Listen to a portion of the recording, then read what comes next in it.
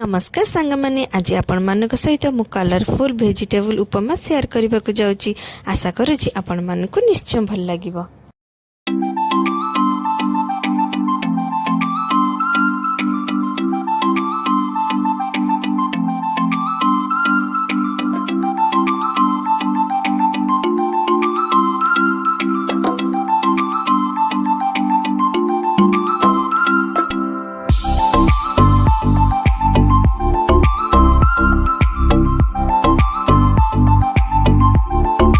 एठी मु सब वेजिटेबल्स को छोट छोट करी काटी नेची आ गाजर आलू को भल भाव कोरी नेची ताकि हमर जल्दी उपमा सिझी जीवो।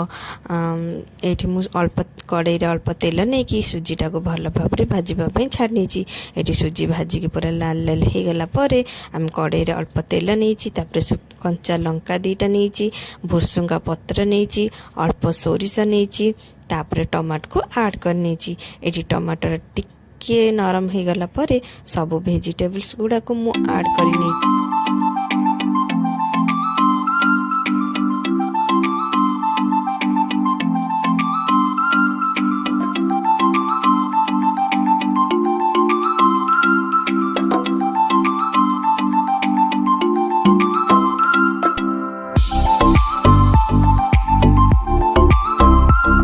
एठी मु सब परिवा ऐड करदेली ऐड करके ताको भल भाव भाजी नेली ताकि तार कंचा स्मेल गला परे मु सेतिरे सोया बड़ी ऐड करनेली।